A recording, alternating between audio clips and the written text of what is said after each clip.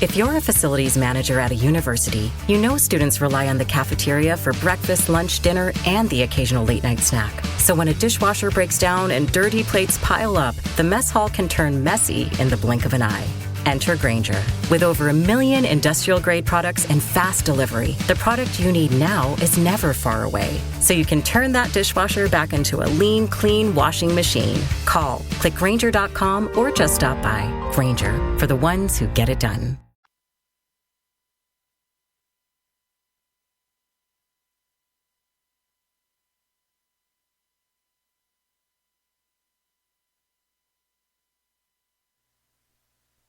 You're listening to Late Night Radio on the SHR Media Network. Caution, there will be mature themes explored and potentially adult language used. If conservatarian words, phrases, certain concepts, or rhetoric offends you, tune out now.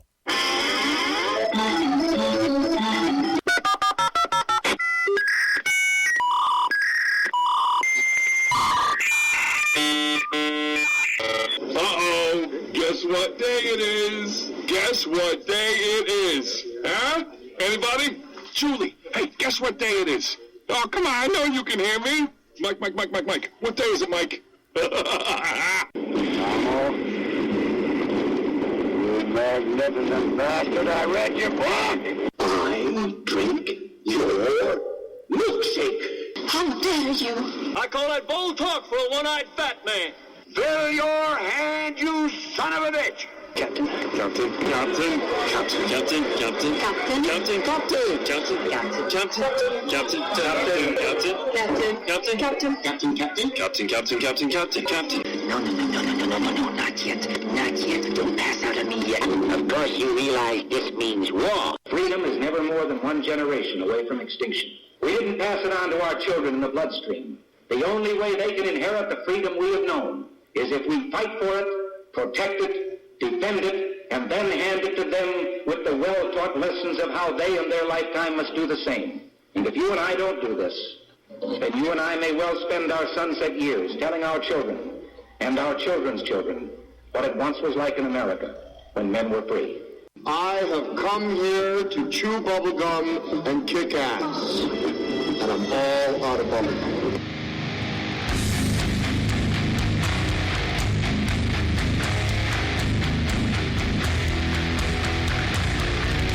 Ladies and gentlemen, boys and girls, children of all ages, welcome to BZ's Berserk Bobcat Saloon radio show, where I'm broadcasting behind enemy lines in occupied California. Always spell it with a K, a mere 2 miles east of the locus of evil on the entire left coast, the Bill Mill, the belly of the beast, the Capitol building in downtown Sacramento at 10th and L Streets, where late at night you can hear the death of common sense in its concomitant wail as it wafts from that petrifying edifice.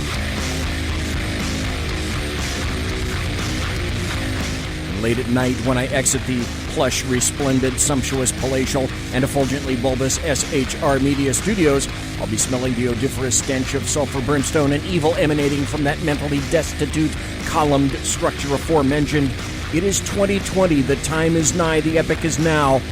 The leftist madness in afoot, and criticality is imperative. There is no law, no rule, no tradition, no fact, no history, no logic, no rationality, no proportion, no context, no intent, no tradition, no bit of normality the Demorats, leftists, and American Media Maggots won't break, kill, slice, mutilate, bury, eliminate, ignore, butcher, threaten, explode, incinerate, throttle, or expunge in order to wrest the reins of power and keep America subjugated in perpetuity for unicorns and unicorn farts and fairy tales.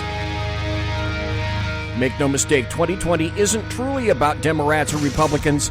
It's instead about the fight against socialism and ultimately communism. Systems, only responsible for the deaths of at least 100 million people in just the last 100 years. We stand to lose this country not from without, but from the enemies within, seen and unseen, due to the keening and purposely cultivated ignorance of the masses. No less than our U.S. Constitution and its Bill of Rights, our very freedoms and liberties are at stake, and I will not stand by and watch this nation devolve and its values, mores, and morals be cavalierly subsumed by those with no interest or care in her success. And make no mistake, this nation is at a tipping point. Because when we fail, the rest of the world follows suit. When freedom and liberty can no longer be found in the United States, what nation exists to step up? Tonight, it is Thursday. It is April 23rd, the year of our Lord 2020. And for the first hour tonight, I have the honor and privilege of having Ken McCLENTON on the show. He'll be on in just a moment. I'm going to wait just a bit because he is wrapping up his own show. And you can listen to him, just a plug. I'll let him plug himself when he gets here. You can listen to him on the Exceptional Conservative Network. All you have to do is go into your favorite search engine and type in Ken McCLENTON, McClenton. And then if you have more space or room, you can type the Exceptional Conservative or TECN TV. That's where he broadcasts. He is on Monday through Friday. He's on every night. And some other shows, I think, on Saturday, maybe also on Sunday. He is a workaholic. The guy is on for 2 hours every night. His show wraps up. I'm on his show on Mondays at, that would be about 7:15 here on the left coast, which means it's 10:15 on his time. And so he wraps up at 11. He wraps up his show right around the time that my show starts. So I had to wait just a bit to let him clear up things. Let's call Ken and see. We're going to talk to Ken tonight. He lives in D.C., and we're going to talk to him about some of the things that have been going on with him in the District of Columbia. And because he's in the Northeast, I'm hoping that he'll have a lot of insight on some things that are occurring in D.C. As we all know, just when people say that the Wuhan 19 thing isn't politicized, it's astoundingly politicized. So if people say that, oh, you should never, ever politicize the Wuhan 19, the first people to politicize it were what I call the LDAM, the Leftists, Demorats, and American Media Maggots. And it became a huge issue. And my clarion call tonight and onwards will be this. John Adams said many, many years ago, freedoms lost are those that generally tend to never return. For example, when you get an entitlement and people tell you that that entitlement is only good for X number of years, do you ever see it rescinded? We acquired the Patriot Act. The Patriot Act, in a number of forms, is still here. And in order to, these are generally predicated upon the phrase that we're here to keep you safe. And it's for the betterment of all. When you hear things like that, all the bells and klaxons ought to be going off in your brainulus, saying something similar to, historically, we've heard this before, and it doesn't bode well for the nation. As I indicated at the beginning of the show, and I also indicated when I came back for the first show after about a month and a half break last Tuesday night, not this past Tuesday, 1 week before, my impetus now is, on the show, I am all done with bipartisanship and compromise.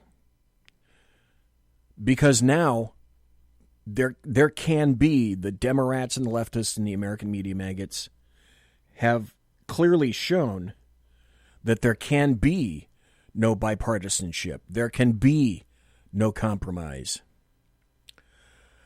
And having said that, I do believe, if I'm not mistaken, that I do have Ken McCLENTON on the phone. And do I have you there, sir? Ken, are you there? Apparently not. Okay. Well, let me try this. Let me try once more. There we go. So I know that my pot is ringing on my end because I just heard him hang up. So let me try him on Facebook. In the meantime, if I don't happen to get Ken, I have got a ton of stuff to play for you, as you obviously would expect. As I'm letting this ring, I played this last Tuesday night, but this is one. Oh, wait, here we go. Let's try this now. Ken, do I find you there, sir?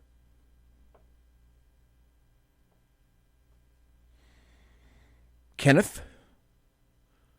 Kenneth, what's the frequency, Kenneth? Oh, damnation. Okay. Let me try one thing. Tell you what, as I'm attempting to call Ken, I played this last Tuesday. This is a lovely, brutal ad by the Trump folks against the Demorats, and I have to say, I love the hell out of this ad. We turn now to that $350 billion fund to help small businesses and its workers get through the shutdown. It will be up to Congress to restock it. But Democrats blocking that move this morning. They asked for $250 billion in 48 hours. I said, well, I don't think so. They objected, and I congratulate the Senate Democrats. Speaker Pelosi, what are you going to share with us from your home? Chocolate candy. Thousands have been forced to wait for hours at food banks all across the country. This is chocolate, and then we have some other chocolate here. We just got to restock the ice cream. You don't want to eat up everything all at one time. I can't do it much longer. I'm trying so hard. We're, shall we say, enjoying. Having to admit that, yeah, we're starving, and I like it better than anything else. Taping this segment, there are 22 million people out of work. This specific program is about stopping job losses today. This is hurting people bad. Other people in our family look for some other flavors, but right now it's survival mode. You don't know where that next something else is going to come from. I don't know what I would have done if ice cream were not invented. Yeah. I just wonder. Let them eat ice cream, says Nancy Antoinette. Great ad. Ken, do you happen to be there, sir? I happen to be here, sir. Excellente. By the way, if you didn't know that, this is Ken McCLENTON, and Ken McCLENTON, excellente, is Spanish for excellent. So I always like to keep things moving on the show and inject a bit of vibe and vigor and new, fresh knowledge. So you just learned a new term today in Spanish. Excelente in Spanish is excellent. Excelente. Use that at home, kid. I know. That's right. So, Ken, thank you very much for being here. And I got to tell you that for two reasons. Number one is the first reason, and number two is the second reason. Okay, I'm just kidding. The first reason is what? What? What do you mean? What do you say? The first reason is I only contacted you today because I thought, hey, you know who I haven't had on? And I told him he was going to be on about 2 weeks ago, and then I couldn't come into the studio. Hey, let me just for the hell of it see if I can call Ken and see if he'll come on. It was late today, and by the grace of God and your kindness, you are here tonight at the last moment, so I really appreciate that. So, number one, thanks for being here, Ken McCLENTON. Well, thank you, DZ, for inviting me. I'm always gracious. I'm gratified by the fact that I'm gracious when I come, but I'm also gratified that you invite. Well, yes, you are. There's nothing like some self-patting on the back. That's great. I advocate that. You know, because you are one gracious guy, and I'm glad you brought that up. Because listen, if the truth fits, and in this case, it's very appropriate. So thank you for that. In any event, folks, as I told you before, Ken has his own show. Ken is a busy guy. Ken works damn near 24/7. So before we go any further and we get into the topic of the day, which I'm sure Ken will do his very best to make sure, as I do with him, that we don't get to cover tonight, tell Ken... What? What? We're not getting any topics. I know how this works. Okay. So tell folks where you are, where you can be found. Tell people about your show, where they can find your show, the times for your show, and about your show. Oh, wow. Well, first and foremost, thank you so much for giving me the opportunity to share with the world the Exceptional Conservative Show. Where you can find us, our website, our URL is theexceptionalconservativeshow.com. And as well, we've been on the air for over almost 10 years now, a decade. And we just started our television network almost 4 years ago called TECN TV. I'm the president of that, and we broadcast 24/7, 5 basic principles: Christianity, conservatism, constitutionalism, capitalism, and individual sovereignty. And I have the greatest time in the world with BZ coming on Monday nights at 10:20 p.m. on my show, and sticking to all the topics that we're going to talk about that night. He is just the most diligent orator in American conservative history. I must say that. Thank you very much. And I am nothing if not obedient, because when Ken tells me, what? When Ken tells me that the topic for a given night is blah, blah, blah, I stick to that topic. I don't deviate in the slightest, because after all, it's Ken's show, and I would not try to showbiz Ken on Ken's show. No, not going to do it. Do you know how much money I've lost to Mrs. Biggs because of you? Because I every Monday night I say, this night I'm going to make him stick to the topic.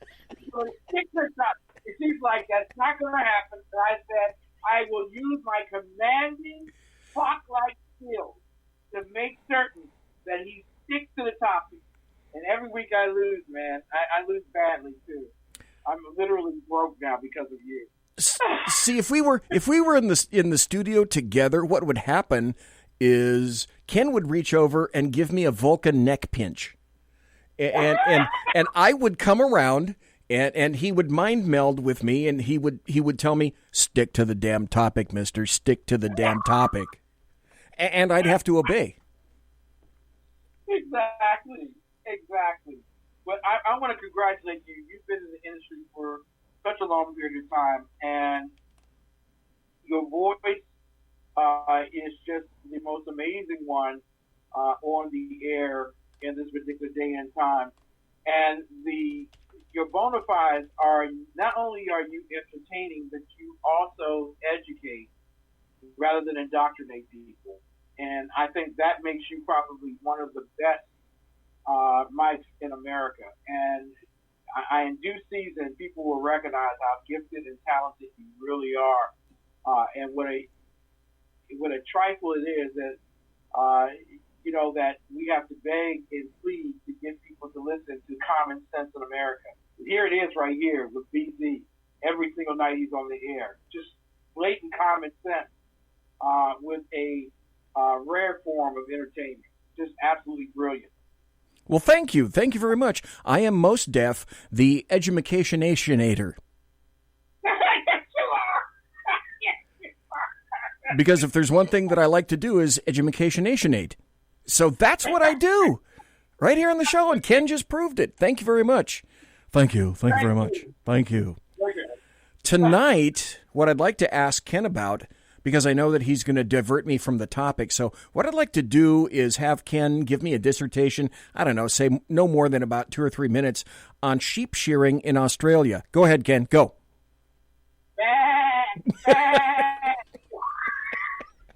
Just like me, they long to be close to you.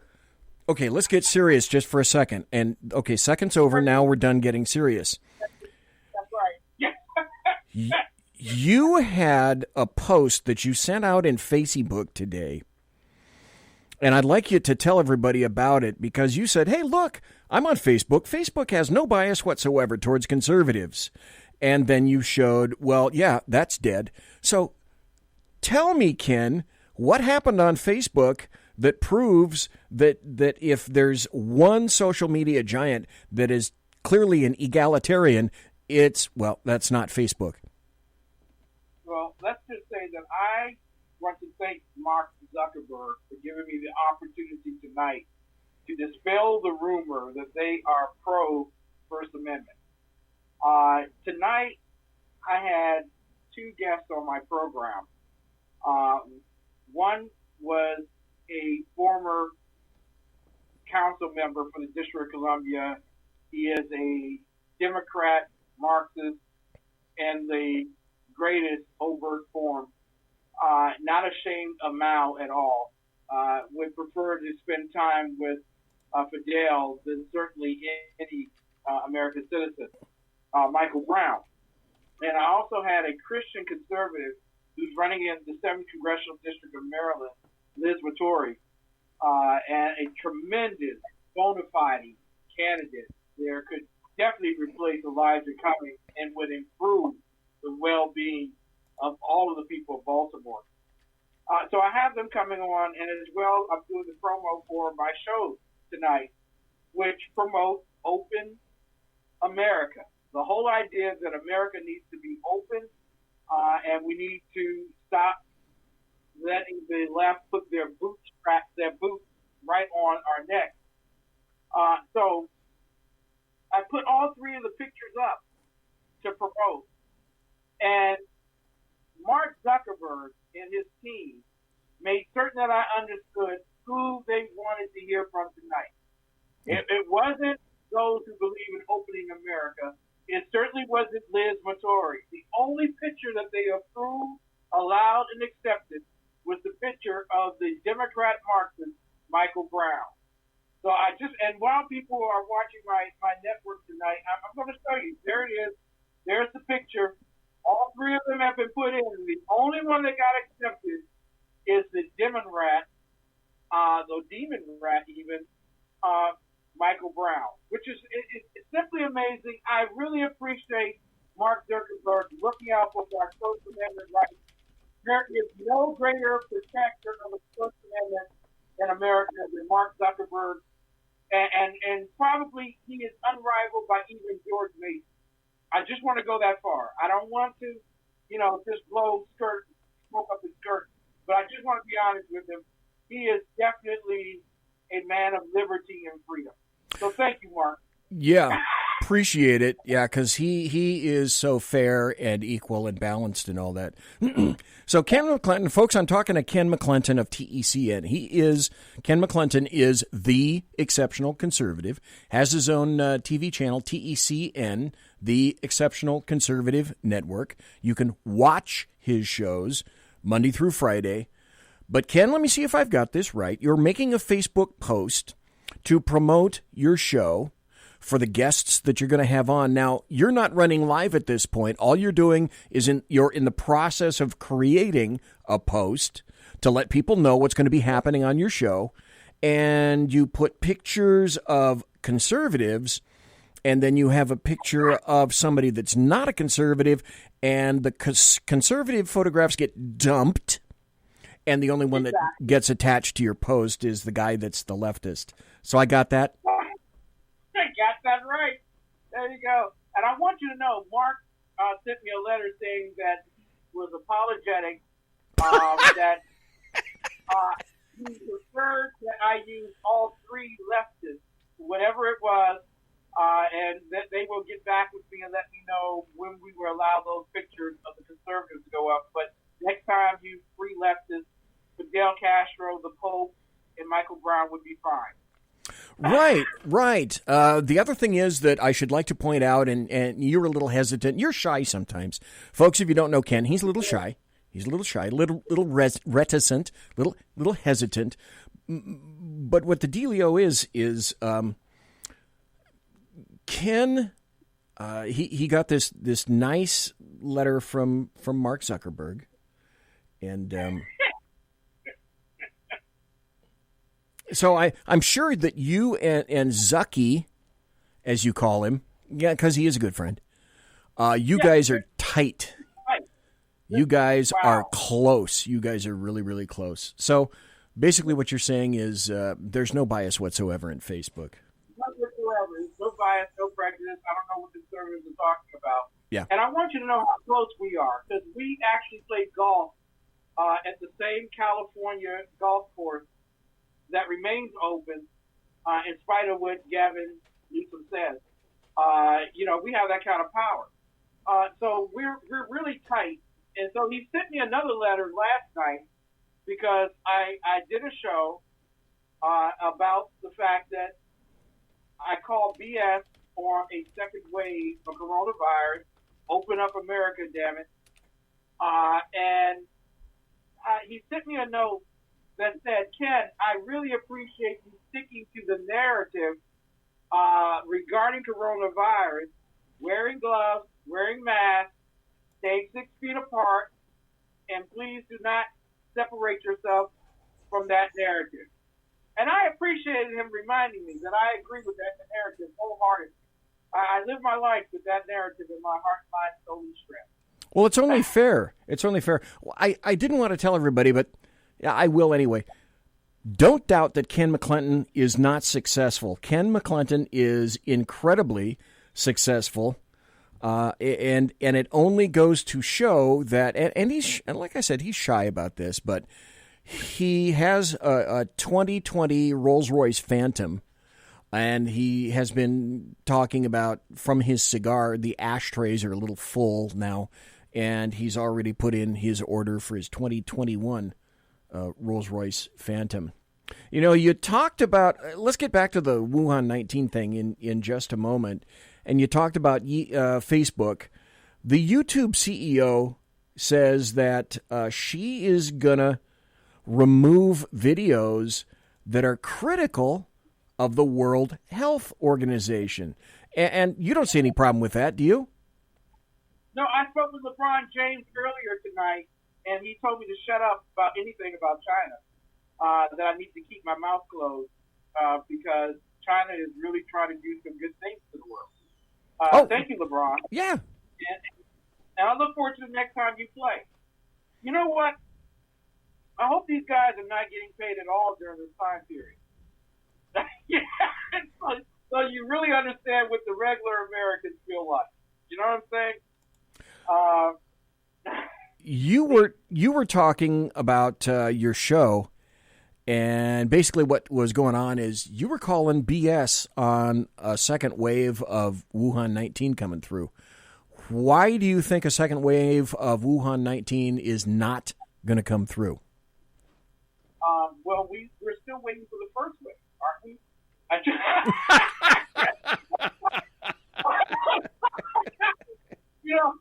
This is kind of like the chick that you date who says, I'm going to rock your world, and then she takes you home, and you're like, okay, I'm waiting.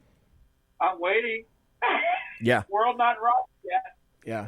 Remember, it was in a 2-week span of time, Fauci, who some people now treat like a god, Anthony Fauci said, don't worry about it. There's nothing to this virus. This will all go away.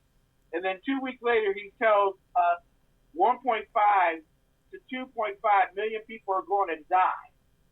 And it reminded me of War Games, 1983, where Joshua, the big whopper computer, Matthew Broderick was in the movie, and it was dealing with nuclear war, playing this game that almost appeared to be real.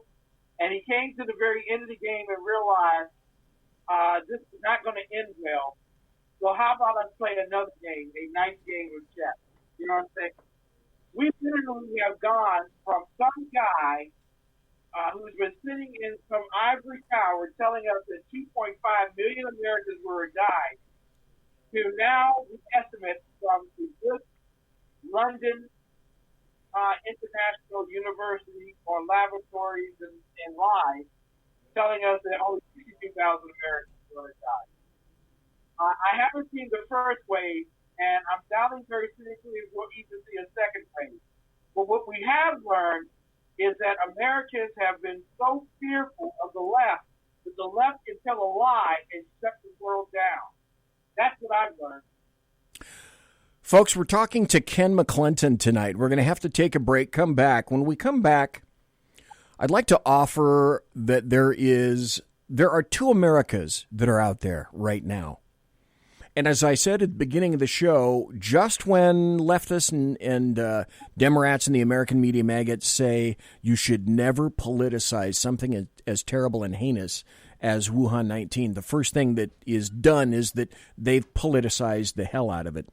So when we come back after the break, we're talking to Ken McCLENTON. I'd like to continue to talk to Ken about the two Americas. And then I'd like to drill down a little bit because Ken is in D.C., and I want to give Ken the opportunity to tell him what a wonderful, kind, and loving person is the D.C. Mayor Muriel Bowser. So, what?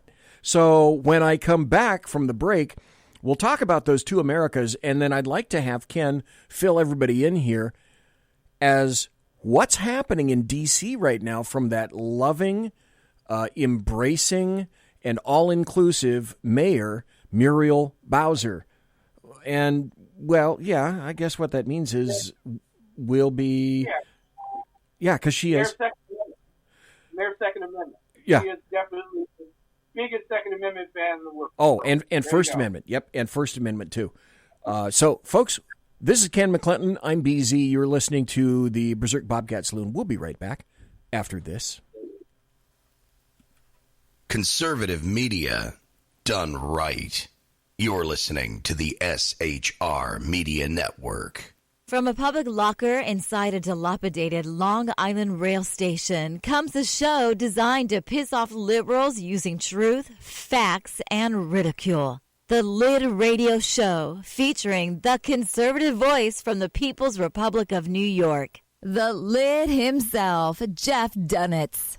Tune in every Wednesday at 2 p.m. Eastern, 11 a.m. Pacific on the SHR Media Network. Go to shrmedia.com. At Lid Radio, we fight for the truth, justice, and a good kosher T-bone. If you don't listen, Hillary Clinton might sneak into your bedroom in her housecoat late at night and blame you for her election loss. It's the Lid Radio Show with Jeff Dunitz. For 50 years, I've seen the American people blinded by corrupt politicians, a lapdog media, and deceptive Islam. The one thing the elites fear is one man with a cane. I'm Dave Milner. Join me through Spreaker, iTunes, and SoundCloud, through SHR Media and the Western Free Radio Network, for half a century of experienced perspective on political and social issues, weekly on The Unpleasant Blind Guy. And catch me on Jeff Mitchell's EDL Radio on blogtalkradio.com. There's no surrender, ever. Because truth is not always pleasant.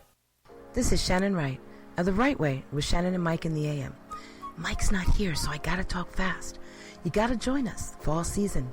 Getting ready to start up with a whole bunch of new stuff. News and food and politics and sports and entertainment and a whole bunch of stuff. But wait, Mike's coming. I gotta go. Remember, Shannon and Mike in the AM on SHR Media, Monday through Thursday, 7 to 9 a.m. Make sure you tune in.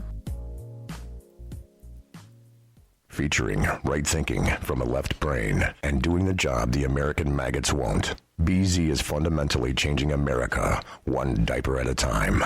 Just when safety pin manufacturers are running out of metal for the diapers of the leftists, where the speech is free, but the drinks are not.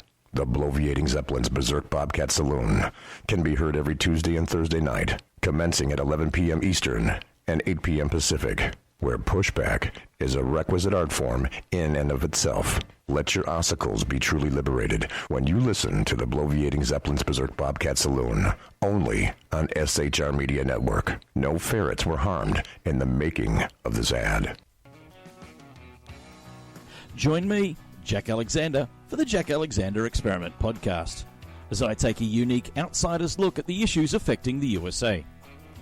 I fearlessly take on the issues that everyone else is too scared to touch. The Jack Alexander Experiment podcast is available wherever good podcasts can be found, like Spreaker, iHeartRadio, and Google Podcast. The Jack Alexander Experiment, because it's not a matter of left versus right, it's a matter of right versus wrong. It's your business diva here, Melanie Collette.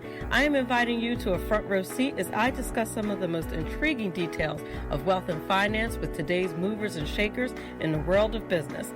Listen in and discover financial truths on a global, domestic, and household scale. Uncover topics that will impact your wallet today and in the future. Money Talk with Melanie airs Monday through Friday, 5 p.m. East, 2 p.m. West, right here on SHR Media and High Plains Pundit Talk Radio. You can't afford to miss it. Featuring the effervescent contrarian sackheads Clint plus the unrestrained bulbosity of BZ, the Sackheads Against Tyranny is a real chat show. Doubling your late-night conservative talk show pleasure with double the hosts, you can listen every Wednesday night at 8 p.m. Pacific, 11 p.m. Eastern. Please note, some contents may have settled during shipping. Member FDIC, batteries not included, warranty void in Montenegro. Conservative media done right. You're listening to the SHR Media Network. Ladies and gentlemen, boys and girls, children of all ages, welcome back. I am BZ, the bloviating Zeppelin. You are listening to BZ's Berserk Bobcat Saloon radio show. Live and direct from the sumptuous, palatial, and resplendent SHR Media Studios, where I am broadcasting behind enemy lines in occupied California, always spell it with a K, 2 miles east of the locus of evil on the entire left coast. That would be the Bill Mill, the Capitol building in the state of California, always spell it with a K, at 10th and L Street in Sacramento, downtown. Tonight we are speaking to, and I forgot to say, folks, if you're on Facebook and you're a devotee of the Second Amendment and or firearms, I would highly recommend that you join the USGOA. That's the U.S. Gun Owners Association on Facebook. I almost called it Fake Book. Well, it is. On Facebook, because it's a great group and great folks. So USGOA, if you want to be a member of that. Tonight we're talking to Ken McCLENTON. We're going to talk about freedoms lost because there's an ass load of them leaving, fluttering away. And when they leave, are we going to get them back? That's a big question. So in D.C., where Ken is, Ken, can you describe for everybody some of the loving edicts that have come down from Mayor Muriel Bowser in Washington, the District of Columbia? By the way, anytime I hear the word Bowser, I completely think of one of these long, flappy-jawed dogs leaking saliva. Here, Bowser. Here, Bowser. Well, you know, when I think of Bowser, I think of the that show that used to come on, the Greasers show that used to come on during the 70s. Bowser. Yeah. You know, I remember that. Yeah. Where Mayor Bowser, who has a great affinity for the Second Amendment, right, has actually gotten us to a point now. Because remember, she said that we were supposed to close down all non-essential businesses. And those businesses included there's only one gun store in the entire city. Because why would you want another one? I mean, really? Jeez, don't be greedy, guys. Don't be greedy guts in D.C. Exactly. But this goes back to the home rule charters that work amorously towards the eradication of gun stores in District of Columbia. They used to be as common as liquor stores, but they were eliminated thanks to the left. And then we got down after we won the Heller Act. Oh, right, the Heller decision from the Supreme Court, correct. Exactly. We got down to just one. And that one was placed in the basement of the police station at 500 C Street downtown. So, literally, you had to go up the stairs through a metal detector gate in order to go in to buy a gun. Okay, wait a minute. Stop right there. This is a story I have never heard before. Let me see if I've got you right, Ken. In D.C., if you want to consider looking at a firearm in a gun store, because there's only one, because why else would you need any more? After all, it's D.C. It's the one-stop shop for guns in D.C. You have to go into the police department because the gun store is right under the police department. Do I have that right? You got that right. It is right. Okay, you're not making this up. I'm not making this up at all. And once you get inside, they give you a 17-page application to fill out in order to get the real application to get a gun. So you have to fill out 17 pages saying that I'm a good citizen and I would never use a gun in the wrong way in order to even apply for a gun. And then they take the application and they give it to the police chief. And someone in the police chief's office decides whether you are a good citizen or not and deserve a gun. Or even that you can conceal carry, which, my God, that's like winning the lottery here, man. Concealed carry license? Gee, you're closer to getting $100 billion on a lottery. So after you filled it out and after you've gone through the process of being proved that you can actually get a gun, you go back in and you can now shop for a gun. Now, while you're shopping for a gun, you can't take that gun out of that police station unless the police have actually done a ballistics test on it. So you're not taking your gun home today. And you may not get that gun back for about 2 to 3 weeks. So finally you get your gun, and you have to get approval for the ammo for the gun, too. So once you've gotten the approval for the gun, for the ammo, after filling out 17 pages of an application form just to get the approval to get a gun, they decide all of a sudden, okay, you can take that gun home. You can go through the metal detector. We'll watch you as you go out to the car and everything. But as a result of it being a non-essential business, it lost its ability to perform. So now, the owner is no longer a part of that particular gun shop. The mayor decided we don't have anyone to take over the gun shop because we consider it non-essential. So in this particular case, we are going to allow the police now to buy and sell guns to the American citizens. So in order to get a gun, to protect your home, you have to go to the police station, fill out a 17-page application to ask permission to buy a gun from the police, who will then determine whether you qualify. And then you have to go inside where the police officers are, and they will determine which gun you can buy or sell. Yes, America, the Second Amendment is alive and well in Washington, D.C. Thank you, Muriel Bowser. Thank you. Ken, in chat, Mike wrote, sometimes the most ridiculous things happen to be true. So Mike and I were corresponding back and forth. When you were saying this, and I want to confirm if this is true, because you and I rib each other back and forth. Yeah. But you brought up, the first thing when you said this is, I smell a massive Fourth Amendment search issue right here, and I want to confirm this with you, just to make sure that I'm understanding you properly. Did I hear you say that before you're a firearm buyer, let's say that you, after being backgrounded, etc., you come back, 25 years later, and you can get your firearm from the gun store, the singular gun store in D.C. that is aligned with the D.C. Metro Police, who share common walls, apparently. Did I hear you say that before you're offered your firearm, it is fired in the station, a ballistics test is taken, and only then after it's been fired, it's given to you? Did I hear you say that? You are correct, sir. You are correct. Ding, ding, ding, ding, ding. Where's that bell? Okay. Yeah, here's the bell.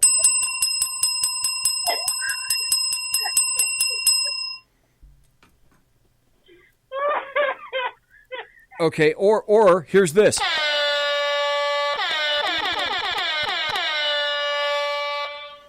So I'm gonna be honest with you. I was just waiting for Dean Helen, and I asked Dean Helen to come on my show this week because I really want to talk with him about this. I can't wait to the next legal contention here. All this smells of such tyranny that it's literally unbelievable. Okay. That you literally have to go to the police station and then they test your gun before you leave. Okay. Oh my God. Okay. You and everyone listening, you do realize that the only reason that they're, air quotes, testing your firearm is a direct violation of the Fourth Amendment against illegal searches, because that becomes a search. Now when they fire the gun, they'll have a bullet which contains the active lands and grooves in order to capture your barrel twist so that it can match whatever bullets come from your gun specifically to that barrel. So people do realize that's happening then. That's a massive abrogation of the Fourth Amendment.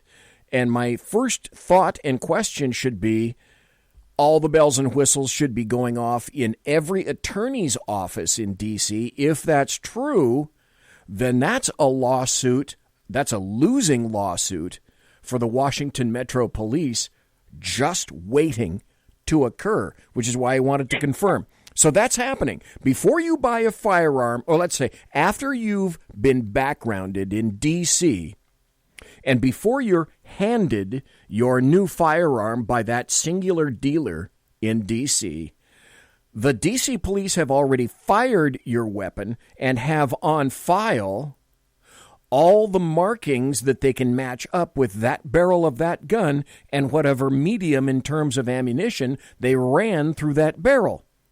Is that correct? That is correct, sir. You win again. Yes, ladies and gentlemen. So literally, every possible version of the Constitution has been invaded by this. Even the fact that you have to go to the police station to get your gun. This is unreal. It is freaking unreal. And I'm just wondering, when that was announced, why wasn't Attorney General William Barr saying, this is shady, this is not right, someone needs to intervene here? What must we do to have the freedom of the Second Amendment, the freedom of the Fourth Amendment, and even the freedom of the Fifth Amendment, ladies and gentlemen? Because you're guilty by buying the gun. You're implied guilty of any potential crime because they're doing the ballistic test. To me, I love Muriel Bowser. I think she's the greatest thing since Swiss cheese because she's got a lot of holes in this Constitution that she goes through every single day. And so I'm just waiting for somebody to do a class action suit on this particular matter. There is no doggone way that the police, the Metropolitan Police Department, should not be in the business of buying and selling guns. It's unethical. It's un-American. It is. Can you see where all the errors of our ways could be in terms of just ethics on this? If you are like, you get a gun. If you're not like, you don't get a gun. And who's doing all this? The police. The police chief. And I'm not saying that he's an evil person and stuff could happen. I'm just saying we're not angels. We're human. And stuff can happen. It is just wrong. It is unconstitutionally wrong in my opinion. And I hope that we get a hella case on this so that we can finally get a president and a DOJ that says there should be more than just one gun shop in the District of Columbia. And it certainly should not be in the damn basement of the police station. Okay. Honestly, Ken, I'm going to be serious just for a moment here because customarily with you and I am not. I am still attempting to process the information that you gave me about what the police are doing in terms of the handling of firearms from the single gun store, the sole gun store in D.C. It would seem to me, number one, obviously, clearly, this is screaming for a lawsuit to occur. It would be a losing lawsuit in terms of the city of D.C. and its concomitant police department. That having been said, if this is occurring, I don't understand why, if nothing else, the NRA hasn't covered this. I'm not seeing this on gun sites. I'm not seeing this on firearms groups. I'm not seeing this on NRA supporting groups. I'm not seeing it in gun stores. I'm not seeing it covered by the media. I'm just not seeing this, period. This is a national, to me, this should be a national shock. So my first question is, number one, yeah, I was shocked. Number two, searches. Number three, your rights, innocent until proven guilty. Well, no, apparently you're guilty until you're proven innocent. And by the way, we'll take evidence from you, assuming that you're in the future potentially going to be really, really guilty. And of course, we want to make sure that we have that on you. But moreover, I'm shocked, disgusted, appalled, throw in your Mark I, Model 1 additional adjective, if you will, that no one has covered this. So my next question to you, Ken McCLENTON, whom I'm talking to right now, and I have been for the first hour, is in D.C., in that area in D.C., is that fairly common knowledge, or is this only something that you have recently discovered? No, it is common knowledge, in fact, and the mayor said that she actually received federal approval to do what she did during this pandemic, that the police could now be the ones that buy and sell guns for the District of Columbia citizens. So that sent a flash of light to me. How could the federal government approve of such an unconstitutional measure by allowing the police to be the ones in charge of buying and selling guns for the District of Columbia citizens? And your question about where's the NRA, where's the DOA, well, they don't live here in the District of Columbia. No one's lived here in the District of Columbia that was a conservative and believed in gun rights. They've been ushered out to places like Herndon and Richmond and Lexington Park. So they don't have a groundswell here of concern. We have watched literally the Second Amendment die right before our very eyes, right here in Washington, D.C.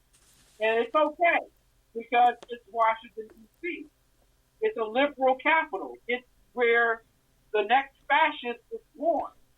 So it's an acceptable standard. But it is a standard that depletes our constitutional rights, even as citizens of a district. I'm literally appalled by the fact that the mayor got federal approval to put the police department in charge of Americans buying and selling their guns in the District of Columbia, in the basement of the Central Police Station for the District of Columbia. Okay, I have some additional questions. I hope you know the answers. Okay. Who owns, or do you know who owns, and the Alaskan in chat asked this question, who owns, or do you know who owns that gun store? I can check for you one quick. Okay. As you're doing that, I don't know if you're going to access it on the internet or not. The other question I have is, okay, the gun store, is that, I don't know, like a state or a city-sponsored gun store, or is it a private gun store? And then my corollary, two questions to that would be, how long has that private gun store, if it's a private gun store, how long has that gun store been squished in the basement of the Washington Metro Police Department? The other question is, Did this occur only after Mayor Bowser placed restrictions on firearms? In other words, did the police only start test firing brand new firearms after Mayor Bowser wrote or came out with that edict, or is that something that they've been doing for quite some time and dates ahead of the Wuhan 19 coming to the United States? I know it's kind of a convoluted series of questions. It's not convoluted in the sense that the District of Columbia has had possession, I believe, of that particular gun store. It's not state-owned until the pandemic. Now the state owns it. But it was a private owner who was forced by agreement between the federal government and the state, District of Columbia, in terms of the placement of that particular gun store. And it was part of the settlement for the Heller case. Okay. And, yeah, so it's been about that time period. We were all appalled by that in the first place, but it was allowed.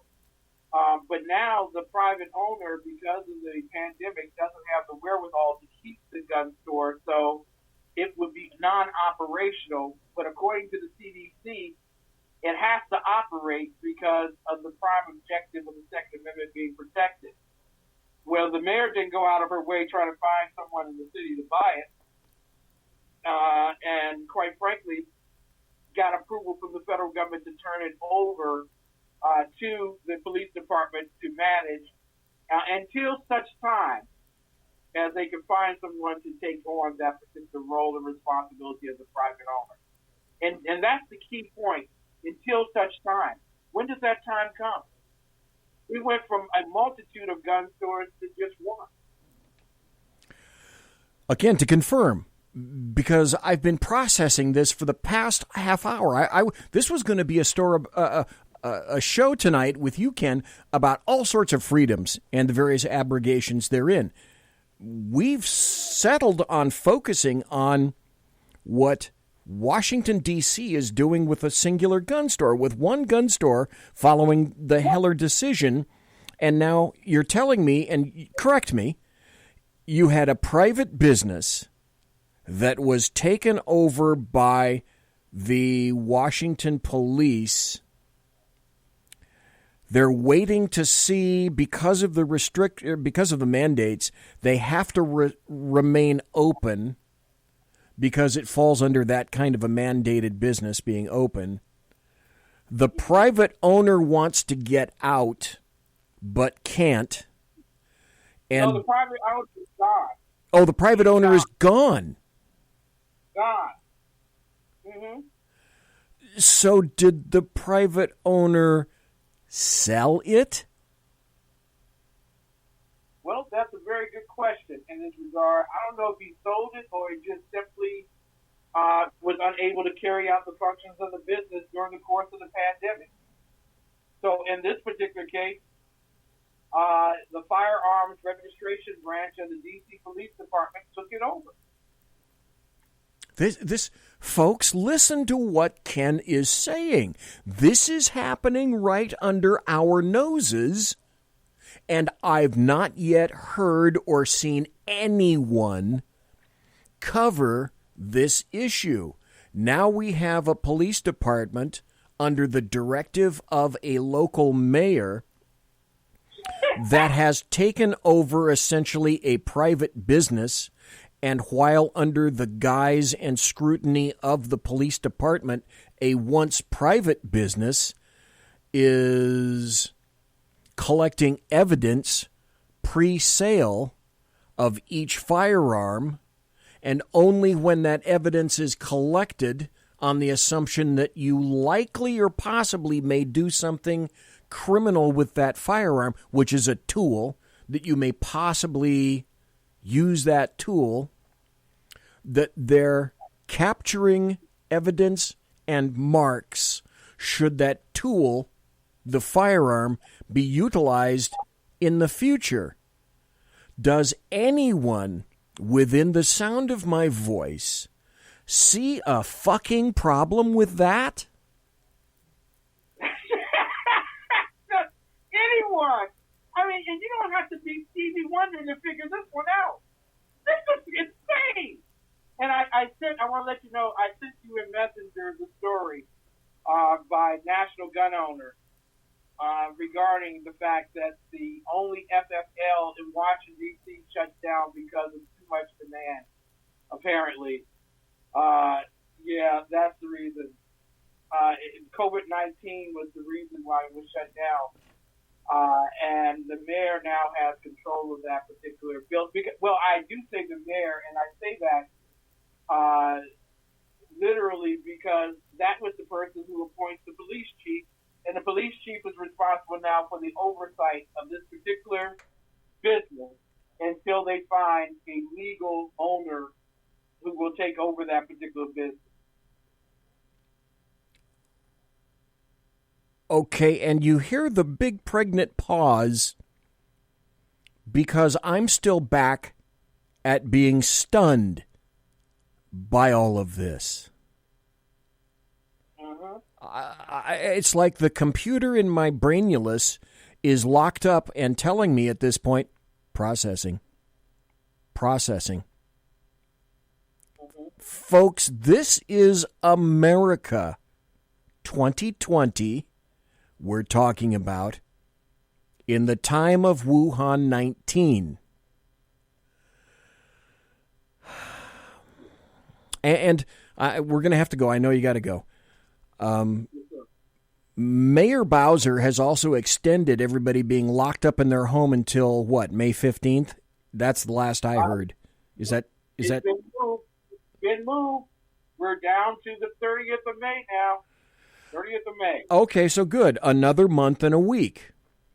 Because hashtag, why wouldn't we screw you? Exactly. This is what I'm going to say to every American who's listening tonight. In all sincerity, I've said it on my show. I've said it to people in private. But literally, America, you're going to have to ask yourself the question, where in your Constitution for your state did you give mayors and governors eternal emergency power authority? Where is the limit to their authority? Where is the time limit? Where is the financial limit? Why isn't the legislature even involved in this process to begin with? Your rights have already been left at the door. You are living in the communist republic or whatever state you're in, because literally one man or one woman has the right to tell you how to live. And I want you to remember that the CDC is not the legislature of the United States of America. It's not Congress. It is a bureaucracy within a bureaucracy. CDC is within the Department of Health. So literally, ladies and gentlemen, they can only make recommendations. They don't make law. Your governor, your mayor are unconstitutionally making law, and by executive power enforcing that law, and by judicial power telling you who will pay the price for breaking their law. They are tyrants, and you need to do something. When this is over, every person should have an Article 5 moment in their state constitution and make certain that there's a limitation on the powers vested in the heart, mind, and soul and strength of that particular governor and mayor, because literally they have complete and utter absolute power over you right now. That's not America, people. That's not America in the least bit. Not in the slightest. Not in the slightest. When I come back, I'm going to have stories that have come out of Texas recently about more abrogations of law like that. And we're starting to see some pushback. Ken, thank you so kindly for being here tonight. Tell people about your show. Where can they hear it? And what days and what times? Well, they can come and watch my show Monday through Friday at 9 p.m. Eastern Time, 2-hour show. We talk about the best in urban conservative news and talk, and we present the principles, which are 5: Christianity, conservatism, Constitution, socialism, capitalism, and individual sovereignty. And if any of those are abused, there is no liberty, there is no freedom, there is only tyranny. God bless you, man. Thank you so much for having me on your show tonight. Thank you, and thank you for being here tonight, especially at the late night and last notice. Really appreciate it. Folks, that's Ken McCLENTON. Thank you for allowing me to break that news story. There you go. Oh, yeah. Yeah. Thank you, sir. God bless you. God bless you too, Ken. We're going to take a break, come right back. When we do, we're going to talk about some breaking news. One is actually a happy story, although I don't have many of that these days. And a lot of other stories that we're going to talk about. Folks, when you lose your freedoms, we're going to have to re-examine who we are as a people and as a nation. Because historically speaking, freedoms lost, they don't come back. Conservative media done right. You're listening to the SHR Media Network. Southern Sense is conservative talk with Annie, the radio chick you bellows as host, and C.S. Bennett co-host. Informative, fun, irreverent, and politically incorrect. You never know where they'll go, but you'll love the journey. Annie is a top conservative host on Top Talk Radio and features some of the finest guests packed with important politicians and newsmakers. Listen every Friday, 3 to 6 p.m. Eastern, noon to 3 Pacific, on the SHR Media Network. Remember, Southern Sense is common sense.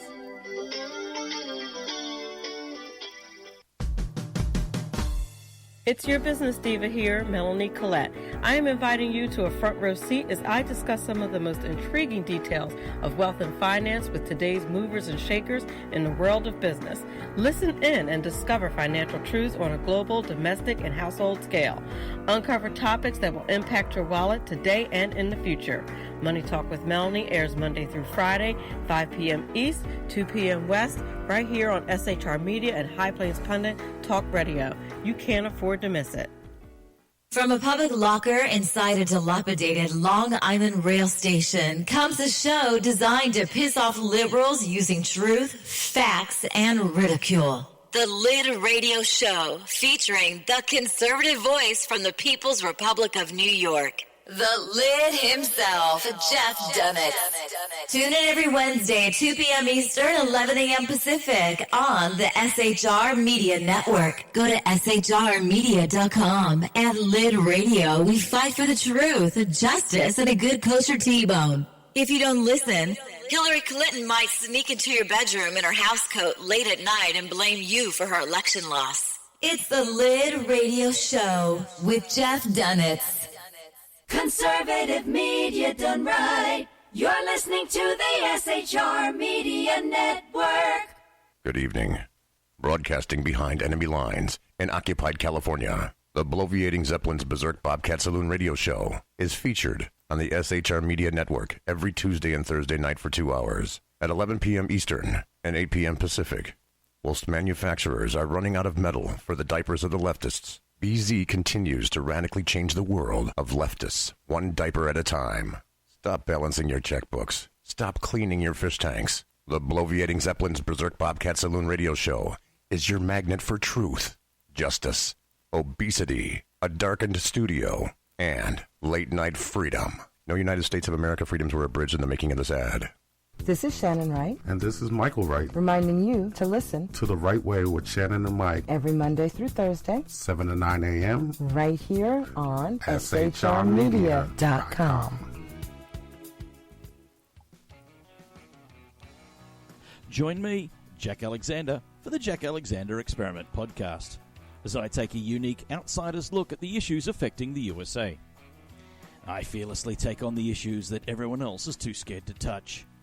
The Jack Alexander Experiment podcast is available wherever good podcasts can be found, like Spreaker, iHeartRadio, and Google Podcast. The Jack Alexander Experiment, because it's not a matter of left versus right, it's a matter of right versus wrong. After 6 years covering terror and corruption, the unpleasant blind guy is making a change. I'm Dave Milner. Join me on Spreaker and YouTube through SHR Media and on the Western Free Radio Network as I team up with Jeff Mitchell, host of the English Defense Elite Radio Show on blogtalkradio.com. Check show pages for airtimes. It's the Unpleasant Blind Guy. On EDL Radio. There's no surrender, ever. Because truth is not always pleasant. Featuring the effervescent contrarian sackheads Clint plus the unrestrained bulbosity of BZ, the Sackheads Against Tyranny is a real chat show. Doubling your late-night conservative talk show pleasure with double the hosts, you can listen every Wednesday night at 8 p.m. Pacific, 11 p.m. Eastern. Please note, some contents may have settled during shipping. Member FDIC, batteries not included, warranty void in Montenegro. Conservative media done right. You're listening to the SHR Media Network. Ladies and gentlemen, boys and girls, children of all ages, welcome back. It's the second hour of the Bloviating Zeppelin's Berserk Bobcat Saloon radio show. In the first hour, we have Ken McCLENTON on the show. He told us a story. I hope you were listening, because I'm going to write a story off of what he happened to just tell me. If you wish to purchase a firearm in D.C., that's now coming under the auspices of the D.C. Police Department, by order of the Heller decision and also by Mayor Bowser in D.C.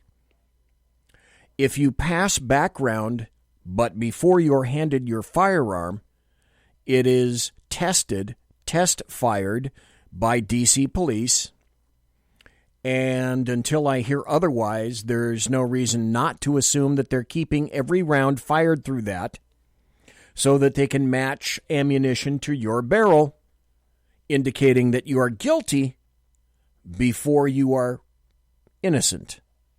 You're assumed to be guilty. The firearm is a tool. That is a Fourth Amendment violation screaming for a lawsuit. I hope one comes. But these are the freedoms that you're losing day by day. Ken told you where he can be found. He's on TECN TV. I should also tell you from someone who just happened to jump into chat. Texas Dan is in the chat room. Oh, before I do that,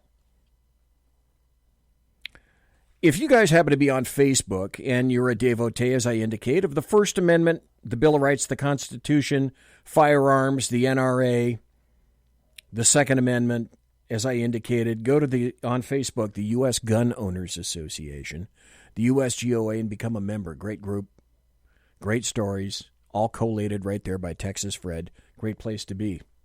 But since Texas Dan is in here right now, if you guys are looking for local news in Texas, go to highplainspundit.com, all one word, highplainspundit.com, from, I think it's North Texas, the North Texas area. You can get local news, opinion, farm and ranch, Texas news, national news, world news, sports, and various scoreboards. So check out High Plains Pundit if you happen to be in Texas. A lot of local news around, let's see if I get my localities correct, right around Amarillo in Texas and the northern portion of Texas. Jack has an interesting point in chat. Yeah, simply fix, immediately replace the barrel and extractors. That'll screw them up. Yeah, nothing like keeping, because you can be guaranteed if they're test firing your weapon, they're keeping every casing and they're keeping every bullet. Hi, here's your new gun. That isn't really a new gun because we've already fired it. Here is a win. Wait a minute. I haven't played this in so long. I am going to play it. Whew, because I haven't had something like this. It's time for happy stories and good times. This just came out today, April 3rd. And the headline is this, breaking. U.S. District Court grants preliminary injunction blocking California's ammo background check law. That's a win. And if I had, if I had a producer after I read that, you'd probably hear something like,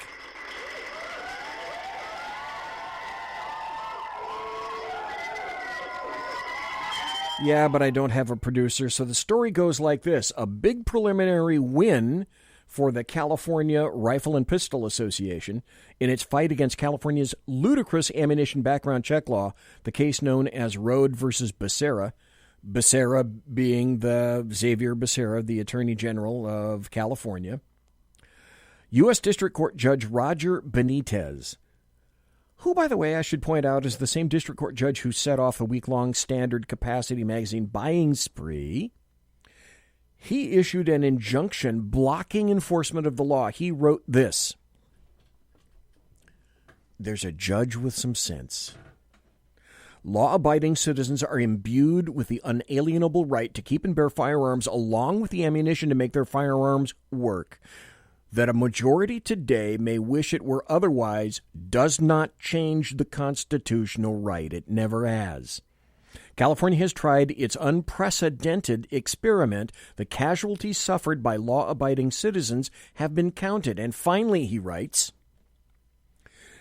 "Defendant Attorney General Xavier Becerra and his officers, agents, servants, employees, and attorneys, and those persons in active concert or participation with him, and those duly sworn state peace officers and federal law enforcement officers who gain knowledge of this injunction order or know of the existence of this injunction order are enjoined from implementing or enforcing the ammunition sales background check provisions found in California Penal Code 30370.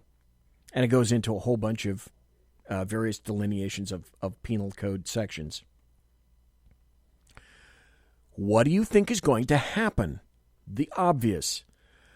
A ton of people are going to go out and they're going to get ammunition, I would guess, and or, I don't know. The other question then is this: will you? Will people like, I don't know, Ammunition Depot or Brownells or Cabela's or people like that, places like that, are they going to be shipping what is essentially gun food now to California, always spell it with a K, during this really brief period of freedom? Because you know right now Xavier Becerra is totting up how quickly he can appeal that and go back to his original ban on ammunition absent a background check for ammunition, just like you'd have to have a background check for firearms. Okay, and while we're losing our freedoms, there'd be another thing that I'd care to point out to you in terms of freedoms lost. Because just when people say, this coronavirus thing, Wuhan 19 thing, it should not be politicized. Yeah, well, the first fucking thing that happened with the LDAM, Leftist, Demorats, and American Media Maggots, is they politicized it immediately. So what this has pointed out is that in the United States, there are now two Americas, and they're clashing with each other. And these two Americas are this. One, the people who want you to stay in your house are those who are still getting paid and they have jobs, generally big jobs. Demorats, you think any of them are stopping their pay? Hell no. They just gave themselves a raise, if you didn't know. They still have their jobs.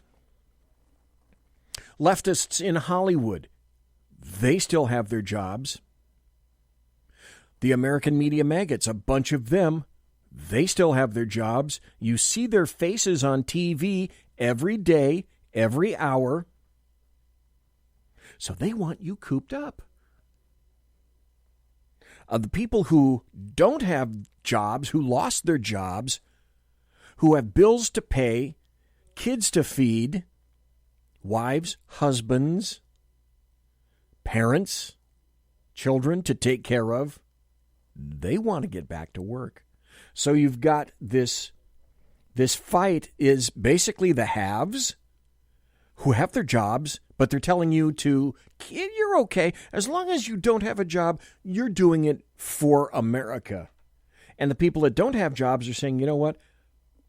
It won't mean anything in a week or so when at the end of the month I have bills to pay, a mortgage, rent, car payments, groceries to purchase, shoes and clothes to get, and food for my kids, and I can't make it or pay it. So Glenn Reynolds wrote an article about that, the disparity between the two, and it's political. He writes, the country's been shut down for about a month. We're seeing cracks start to form. Some epidemiologists are talking about keeping things closed down for months longer. And we're seeing growing public protests around the nation. People are calling for restarting things.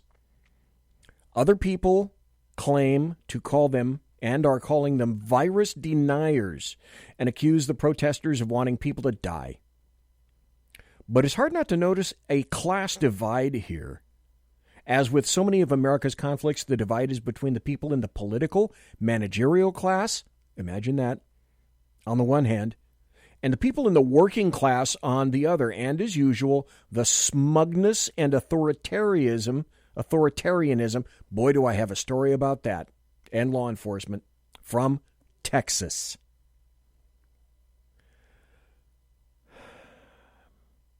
And the people in the working class on the other side, and as usual, the smugness and authoritarianism are pretty much all on one side. The divide is best summed up in a tweet by Brian Stelter, the little bald dude who looks like George Costanza, only fatter and more stupid, of CNN. And in response, Stelter tweeted, I crawled in bed and I cried for our pre-pandemic lives, tears that had been waiting a month to escape. I wanted to share because it feels free to do so. Now is not a time for faux invincibility. Journos are living this, hating this, like everyone else.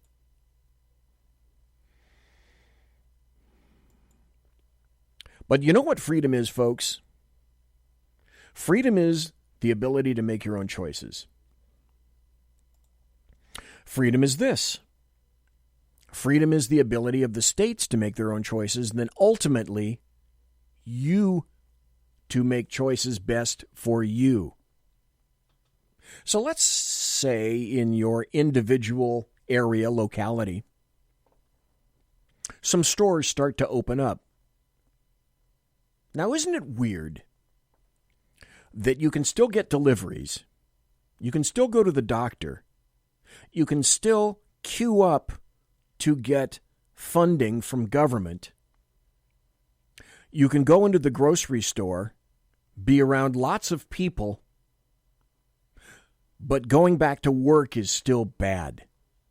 People are still associating with each other. Who's the best individual, best suited to judge whether you are ready to go out and get engaged with society again? You are. So why doesn't the freedom exist for people to make that decision? Those people that want to stay inside, stay the hell inside. If you are afraid of getting coronavirus, Wuhan 19, stay inside. I have decided, pushing 70, I'm not living life like that. I'm not denying that people, 40,000 people, 45,000 people haven't died behind this. There's no denying that whatsoever, not by me. But I want freedom. If I decide to stay inside, I'm going to stay inside. And here's the other thing that people aren't even talking about or considering. Let's say that various businesses decide that they're going to open up on a preliminary schedule. Open up on limited hours, limited days, a limited number of people inside. There are a lot of workarounds that can be done for various businesses, restaurants, services. There's still a ton of services. People come out, People have come out and serviced my air conditioning already. I can go and take my car into a shop to have it repaired. People are wearing masks, there's distancing, etc. But you can still do that today. Even in California, always spell it with a K. It's happening right here. So if people are uncomfortable, people vote with a ballot? Yeah. People also vote with their feet. So if you open up business A, the people themselves are going to decide whether they are going to patronize business A. And if they think it's too early, they won't. If they feel comfortable with it, they will. That's them voting with their feet. That's them utilizing freedom, which is what this country is about. So I told you the good news about that story with regard to ammunition in the state of California, that a judge has blocked California's ammo background check law. Now let's go to Texas. Let's see, what do I have? Okay, I got 5 more minutes before the bottom of the hour break. I can squeeze some of this in here. Going over to Texas now, we have a judge in Harris County who's decided to take it upon themselves to acquire powers not granted them by the Constitution. This is from the Houston Chronicle, so this isn't from someplace that doesn't know what's going on. This is from the Houston Chronicle. Hidalgo, who is Hidalgo? We'll get to that. Harris County Judge Lena Hidalgo, on Wednesday, today, because it's still today, it's still Wednesday. In California, always spell it with a K. Judge Hidalgo, she orders Harris County residents to wear masks in public. So she believes that she has the power to decree by verbal and written fiat that residents must... If you think it's limited, just wait. She's ordered residents to cover their faces in public beginning next week in an attempt to slow the spread of coronavirus. Coronavirus is not exploding in Texas. Texas, to my knowledge, is not the vertical urban rat cage, although there are a few in Texas, like Dallas and Houston. But they're not like New York City, where it has absolutely exploded. Anybody with half a brain can tell you why. So the new rules, the new edict by Judge Hidalgo requires residents 10 years old and older to cover their nose and mouth when they go outside of the home. And that takes effect this coming Monday, and it lasts for 30 days. So by her grace and goodwill, because she's not that oppressive, please, come on. She says she'll grant you the ability to wear a homemade mask or a scarf or a bandana or a handkerchief. She doesn't recommend N95 respirators. Let's save those for first responders and health workers, shall we? And then there's some pushback on that. And I've been watching along as way too many, in my opinion, law enforcement officers have been going along with this stuff. I've watched videos of law enforcement in California, always spell it with a K, all across the nation, doing, in my opinion, stupid shit by arresting people who, for example, are paddleboarding on the ocean by themselves where there's nobody around because, that virus is all over the damn Pacific Ocean. And in the process, a sheriff's boat comes and tries to pin this guy in next to a pier, and then a 47-foot U.S. Coast Guard boat comes around. 2 boats, both sucking fuel like crazy, both staffed by federal and local law enforcement authorities. In terms of the 47-foot boat, the Coast Guard and federally paid employees, and by the smaller boat, the sheriff's department of that locality. So they're using, in the process of attempting to snag that one heinous, terrible criminal, I don't know, they blew through probably $15,000 to $20,000 worth of fuel and pay for everybody on two of those boats to apprehend that terrible individual. A mom was hauled off of near an area where swings and kids are playing. We've seen the one where the guy in San Francisco was locked up, handcuffed in front of his kid and his wife for being in a park. Well, the Houston PD apparently has decided they're not going to take much of that anymore. And I say, quite frankly, right about now, that's about damn time. Conservative media done right. You're listening to the SHR Media Network.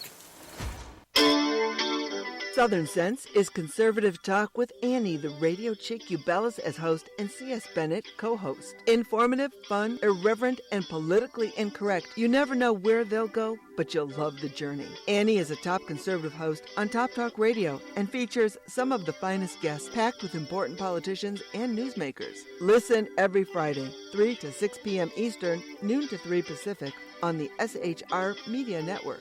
Remember, Southern Sense is common sense.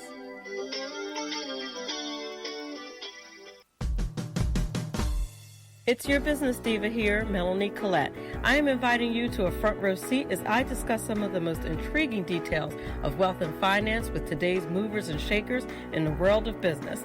Listen in and discover financial truths on a global, domestic, and household scale. Uncover topics that will impact your wallet today and in the future. Money Talk with Melanie airs Monday through Friday, 5 p.m. East, 2 p.m. West, right here on SHR Media and High Plains Pundit Talk Radio. You can't afford to miss it. From a public locker inside a dilapidated Long Island rail station comes a show designed to piss off liberals using truth, facts, and ridicule. The Lid Radio Show, featuring the conservative voice from the People's Republic of New York. The Lid himself, Jeff Dunnett. Tune in every Wednesday at 2 p.m. Eastern, 11 a.m. Pacific on the SHR Media Network. Go to shrmedia.com. At Lid Radio, we fight for the truth, justice, and a good kosher T-bone. If you don't listen, Hillary Clinton might sneak into your bedroom in her housecoat late at night and blame you for her election loss. It's the Lid Radio Show with Jeff Dunnett. Conservative media done right. You're listening to the SHR Media Network. Good evening. Broadcasting behind enemy lines in occupied California, the bloviating Zeppelin's Berserk Bobcat Saloon radio show is featured on the SHR Media Network every Tuesday and Thursday night for 2 hours at 11 p.m. Eastern and 8 p.m. Pacific. Whilst manufacturers are running out of metal for the diapers of the leftists, BZ continues to radically change the world of leftists, one diaper at a time. Stop balancing your checkbooks. Stop cleaning your fish tanks. The bloviating Zeppelin's Berserk Bobcat Saloon radio show is your magnet for truth, justice, obesity, a darkened studio, and late-night freedom. No United States of America freedoms were abridged in the making of this ad. This is Shannon Wright. And this is Michael Wright. Reminding you to listen to The Right Way with Shannon and Mike. Every Monday through Thursday. 7 to 9 a.m. Right here on SHRmedia.com. Join me, Jack Alexander, for the Jack Alexander Experiment podcast, as I take a unique outsider's look at the issues affecting the USA. I fearlessly take on the issues that everyone else is too scared to touch. The Jack Alexander Experiment podcast is available wherever good podcasts can be found, like Spreaker, iHeartRadio, and Google Podcast. The Jack Alexander Experiment, because it's not a matter of left versus right, it's a matter of right versus wrong. After 6 years covering terror and corruption, the unpleasant blind guy is making a change. I'm Dave Milner. Join me on Spreaker and YouTube through SHR Media and on the Western Free Radio Network as I team up with Jeff Mitchell, host of the English Defense League radio show on blogtalkradio.com. Check show pages for air times. It's the Unpleasant Blind Guy. On ADL Radio. There's no surrender, ever. Because truth is not always pleasant. Featuring the effervescent contrarian sackheads Clint plus the unrestrained bulbosity of BZ, the Sackheads Against Tyranny is a real chat show. Doubling your late-night conservative talk show pleasure with double the hosts, you can listen every Wednesday night at 8 p.m. Pacific, 11 p.m. Eastern. Please note, some contents may have settled during shipping. Member FDIC, batteries not included, warranty void in Montenegro. Conservative media done right. You're listening to the SHR Media Network. And we're back. It's the final 25 minutes. The final 25 minutes of the show. I'll be back next Tuesday. Slight programming note. Michael Fitzpatrick, who is he's a consultant for everything cybersecurity. I had him on about 2 months ago, almost 3 months ago. Great guy, highly insightful, highly intelligent. He's going to be on the show Tuesday night. I'm working for another guest on getting another guest on next Thursday night. I'm going to try to see if I can technically pull this off. To see if I can get Ralph Chittum's and Lonnie Poindexter on the show for the first hour together, because these guys have been riffing back and forth about all the stupid crap that's been occurring in D.C. So technologically, there might be a little challenge on Thursday, and I have to get them both to agree to see if they have the time to be here. So that's my goal for next Thursday night. So Mike Fitzgerald, a cybersecurity expert, has tentatively said yes to be on the show next Tuesday night. And then with luck, I can get Ralph Chittum's and Lonnie Poindexter, both fabulous Americans who happen to be black. And, oh my God, they're such terrible Americans, though, however, because they're both conservative. We're talking about the loss of freedoms. And nothing exemplifies the loss of freedom better than the stupid-ass Michigan governor who decided that it was within her purview to decide to tell you what it is that you can buy in an open store. So let's say you go into Lowe's, which is a hardware store. I don't know if it's on the East Coast. Or if you go into a Home Depot, which is around here again on the left coast. I don't know if you have a Home Depot on the right coast. But they're big hardware stores. And in these stores, there are certain things you can get. And then according to her, there are certain things that you can't get and that were literally taped off. And little notes, you cannot purchase this. That would include paint, things in the gardening section, hoses, etc.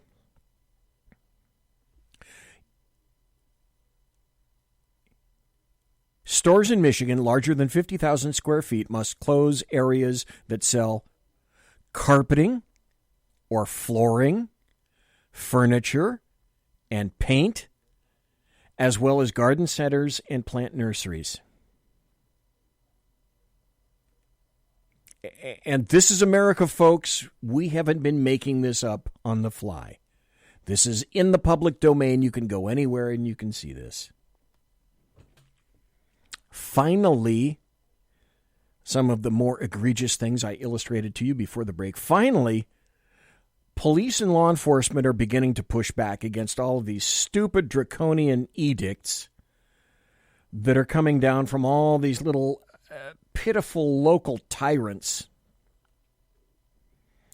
So now we're beginning, thank God, to have chiefs of police and sheriffs from Texas to Washington, Texas being the most obvious and the most recent, standing up against these stupid orders from local leaders demanding absolute strict Marxist-like adherence to stupid extreme distancing measures to curb the spread of Wuhan 19. I told you before the break about, what was it? Harris County Judge Lena Hidalgo's ruling saying it's mandatory starting next week for 30 days to wear a mask if somebody over the age of 10 goes out in public. You and I both know that's unconstitutional. Well, apparently we're not the only ones. Here's a letter dated yesterday from the Houston Police Officers Union, Texas's largest police union, by the way, dated April 22nd. To our community and our officers, it has come to our attention that Judge Lena Hidalgo will issue an order this afternoon, and did, for all of Harris County, making it mandatory for anybody over the age of 10 to wear a mask in public. Now, we want to be very clear. The Houston Police Officers Union believes everyone should be wearing a mask in public in order to protect themselves from the virus, and we are encouraging all of our officers to wear a mask. However, we draw the line at the draconian measures Hidalgo has decided to engage in. Our officers work every single day to bridge the gap with our community and earn their trust. We will not stand idly by and allow Judge Hidalgo to tear that bridge down with her horrific leadership and echo chamber decision-making. The HPOU, Houston Police Officers Union, has made contact with the Attorney General's office seeking an opinion on the legality of imposing a criminal penalty or fine for anybody not wearing a mask in public. While we wait for that opinion, we're reminding and informing our officers that they have discretion in matters such as these. It is clear the so-called leader of Harris County lacks any critical thinking skills, but let me assure the public, our officers do. The last thing any of us want to do is kick our community while they are down. Thank you. Houston police officers are already stretched entirely too thin during the COVID-19 pandemic. Violent crime is up this year. Murders up by 35%. Property crime is up. Burglaries up nearly 30%. And HPD officers are staffing test centers across the city. We don't have time to be pawns in Hidalgo's game of attempting to control the actions of law-abiding, tax-paying individuals of our community, especially since this idiotic order is possibly an unconstitutional one from the county judge. Let me assure the community our officers will continue to serve on the front lines of the COVID-19 pandemic, risking our lives and our health to protect you. We will continue to serve with honor and respect our community, despite Hidalgo's best efforts to erode that support.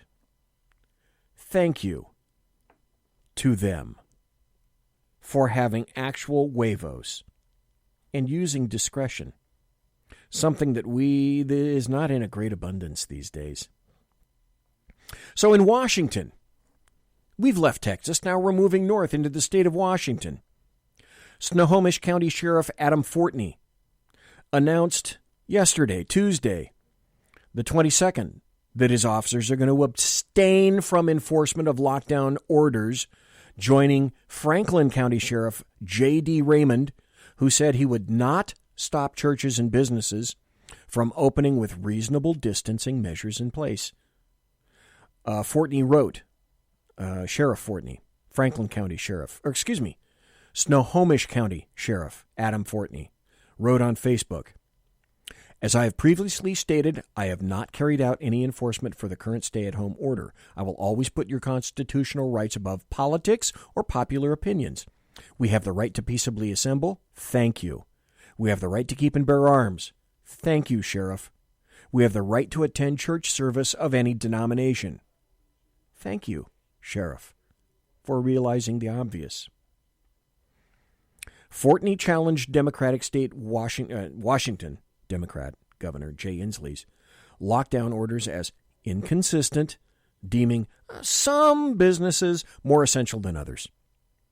And while government construction projects may continue, Fortney points out, why is it that private contractors are still out of work? So he pointed out, the good sheriff, okay, I arrive to work at the courthouse and I see landscapers show up each day to install new landscape and maintain our flower beds. However, a father who owns a construction company and works alone while outdoors is not allowed to run his business to make a living to provide for his wife and children? So Sheriff Fortney said this contradiction is not okay and it's bordering on unethical. Now let's go a little bit further east to Michigan. 4 sheriffs. Notice a similarity here? Notice a beginning. Are you beginning to see a theme? Sheriffs who are elected and not appointed. In Michigan, 4 sheriffs in the northwest part of that area announced last week that they're going to refuse to enforce Demorat Governor Gretchen Whitmer's lockdown orders, what you can and cannot buy at a store that is already open, which have been, oddly enough, the most extreme in the country. So by the stroke of a pen, Whitmer deemed it illegal for Michiganders to travel between residences or buy seeds, while lottery tickets remain permitted to be purchased. The sheriffs in a statement said that she has created a vague framework of emergency laws that only confuse Michigan citizens. Correct. As a result, we will not have strict enforcement of these orders. We will deal with every case as an individual situation and apply common sense in assessing the apparent violation. We believe that we are the last in line of defense in protecting your civil liberties. Thank you. Thank you very much, good sheriffs. There are still some law enforcement officers that are utilizing common sense. They still exist in this world.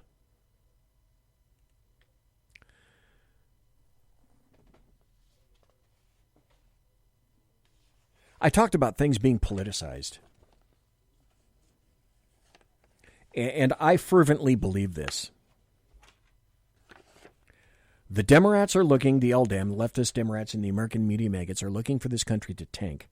They're looking to Cloward Piven this nation. And the Cloward Piven strategy goes like this. In order for good leftist thought to prevail, there must be so much placed to tax the current establishment that it crumbles of its own weight. And then when that happens and is destroyed, then they will rebuild a new America in a leftist bent. That is what is happening today, guaranteed. And they already said, Bill Maher said last year, if we get it, or maybe even before, if we get a depression out of this thing or a recession, that's great if it gets Trump out of office, because this is all about removing OMB Orange Man bad. Donald John Trump, the guy with the dead orange cat on his head. Today, Kurt Schlichter wrote at townhall.com, and I agree, which is why I'm reading this, the Demorats totally want a depression. If the malevolent donkey party was actively seeking to plunge the country into an economic tailspin while still maintaining some level of deniability to the credulous suckers out there, exactly what would it be doing differently? It would be pretty much doing exactly what it's doing right now. Shilling for the bat-gobbling Chi-Coms, delaying needed assistance to keep America working, and generally trying to keep us all locked up in the dark in perpetuity. It's fair to assume that you intend the expected consequences of the actions you take and the consequences of the actions the Demorats are taking. It's economic ruin. The indisputable fact is that they're totally cool with that, if that's what it takes to get them back into power. Demorats are never one to let a good crisis go to waste, and this Wuhan flu is a very good crisis indeed if your goal is leftist hegemony. The Trump economy was booming after the near decade of the Obama doldrums, and people were getting a taste of prosperity. But a happy, prosperous America is something the Demorat dudes, they can't abide. All the Demorats had to sell were recycled cries of racism and Russia, and their standard bearer was that sinewy, weirdo Grandpa Badfinger who was promising to drag us all back into the nightmare of globalist failure. The future looked grim, and it means it actually looked bright for the rest of us. So the Chinese coronavirus was a dream come true. Sort of a deus ex pangolin that finally, after an endless series of leaks, impeachments, investigations, and media meltdowns, might be the magic bullet that actually takes Trump down. Am I saying that the Demorats are exploiting the pandemic for their own cheesy advantage? Well, yeah.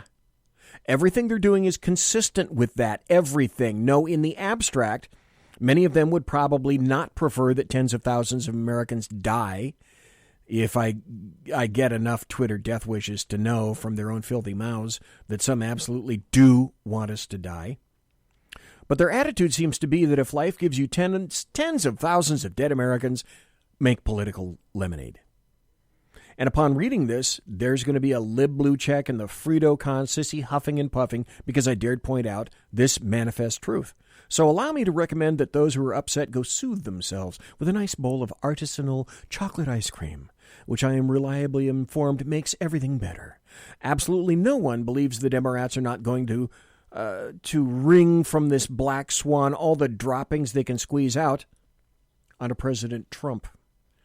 Most of them are cunning enough to try to hide it, but some of them are bray out loud, as leader party AOC did when she talked about the related oil crash hit. She was positively giddy that millions of Americans were facing destitution, but even she was aware sufficiently aware, to eventually understand that might have been kind of a bad look, and she deleted her high five tweet. The indisputable fact remains that the Demorats are the party of making things worse. We had Pelosi schmoozing with that late-night hack before the backdrop of her rich lady fridges, while millions of small businesses were being ground into dust, waiting for her to allow the empty PPP fund to be refilled. Every day she delayed saw more Americans out of a job. 22 million out of a job as of this writing, and more to come. This is Great Depression-level ruination. But Scat Francisco's finest was in no hurry. It was only when her purple state minions started squealing that she slowly, like a pinko sloth, began to act. She was going to kill off as many jobs in small businesses as she could before she inevitably rolled over. If you got canned last week, thank her and her garbage party. The Demorats want a slow walk through reopening, too. They are an urban party. And those cramped petri dishes are going to take a while to recover. But out in the fresh, clean, open spaces of Red America, there's no need for this continued lockdown nonsense. Yet the Demorats, aided and abetted by the scuttling cockroaches that compromise the media, are demanding that every place be treated just exactly as the worst place. We are terrible monsters for, let me get this right, wanting to go back to work and not go bankrupt. So according to them, somebody strolling across the Nebraska prairie is going to kill everybody in Brooklyn.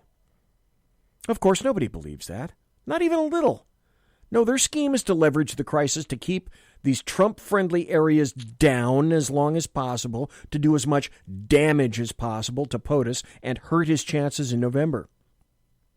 When you add the blizzard of lies from the media blaming Trump for not taking a break from the bogus impeachment charade to lock down the country, back before we actually had any cases at all, their strategy is clear. Use the pandemic as a weapon, which means the worse we're hit, the better off they are.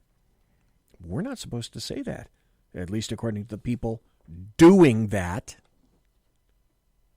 Well, somebody has to say it. And it sure is not going to be our garbage media.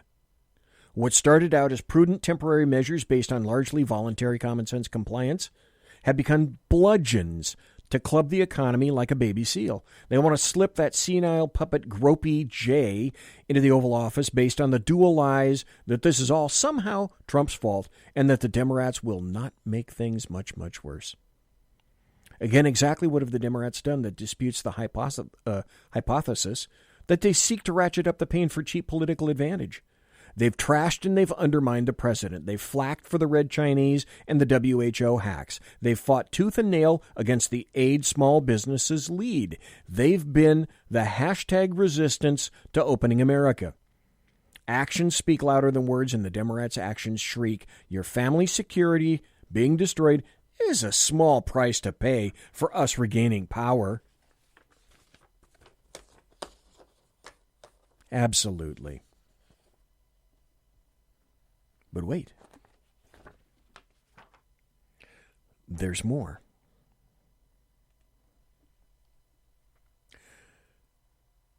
How does Nancy Pelosi get away with blocking this aid? How does the Speaker of the House, in the midst of this unprecedented Chinese-driven Wuhan 19 pandemic crisis, how does she get away with delaying desperately needed aid to small businesses? And in the process, she escapes blame in this massively politicized environment. How does she do that? Okay, the truth is she didn't just stand in the way of aid for about an hour or two or a day or two. She stonewalled for 2 weeks. In the meantime, small businesses all over the country are struggling to stay afloat, and then many of them just died and went away. In which time of the fear of the Wuhan 19 and the government stay-at-home orders reduced their business incomes to zero. And still she gets away with it. Yeah, in that thing, there was a problem. The Trump administration made a big deal out of efforts to get money out the door as quick as possible. And some businesses were targeted. There was some problem with some big businesses.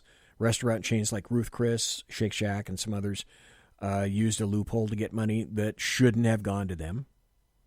Shake Shack was actually shamed into reducing that cash. Thank you. But in general, the Paycheck Protection Program worked. But it was only one small step.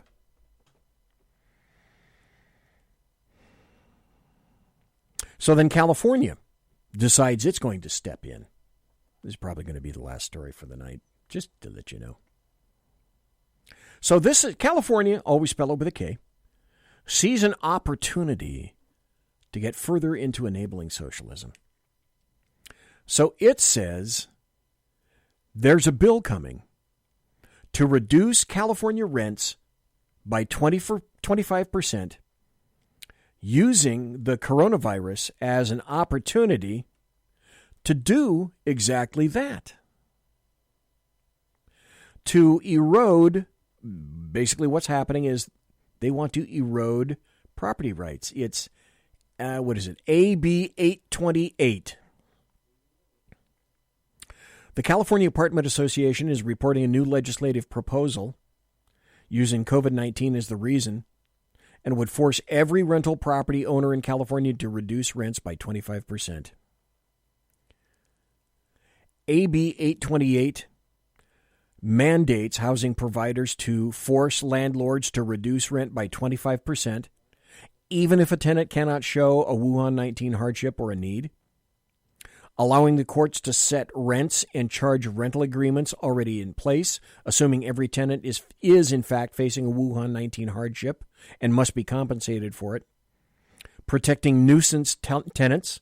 The bill does not require tenants to answer an unlawful detainer complaint, and mandating that rental property owners demonstrate an economic hardship to collect the contracted rent.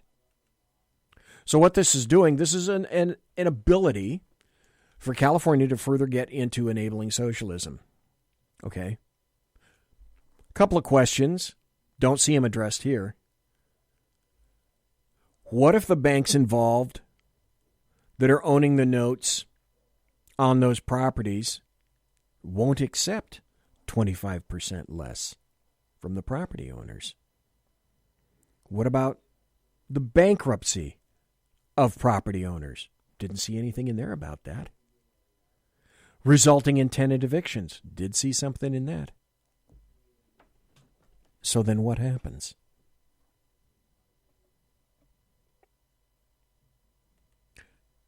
Because you got to ask yourself this question. Does that mean the government steps in and buys those rental properties and the government gets to decide who succeeds and who fails? And then we got more. California, always spell it with a K. Public housing. How great could that be? Monsieur has unlocked!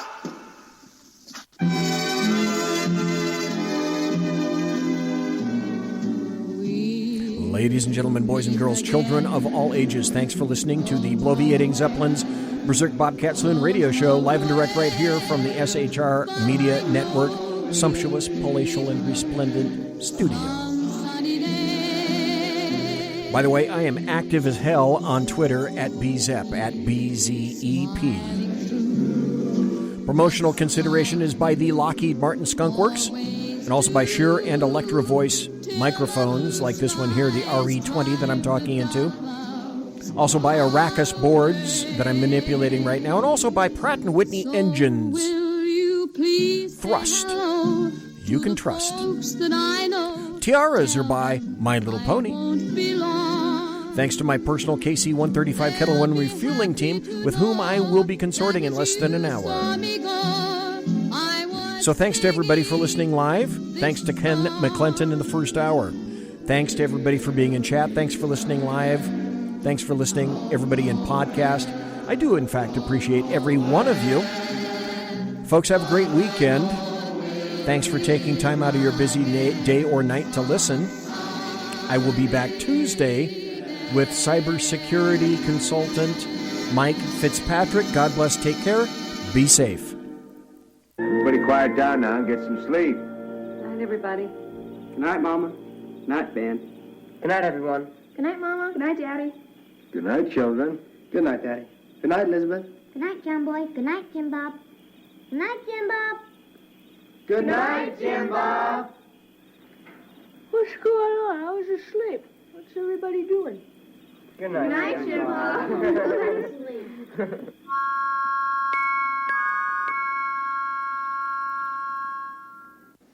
Good night, and good luck.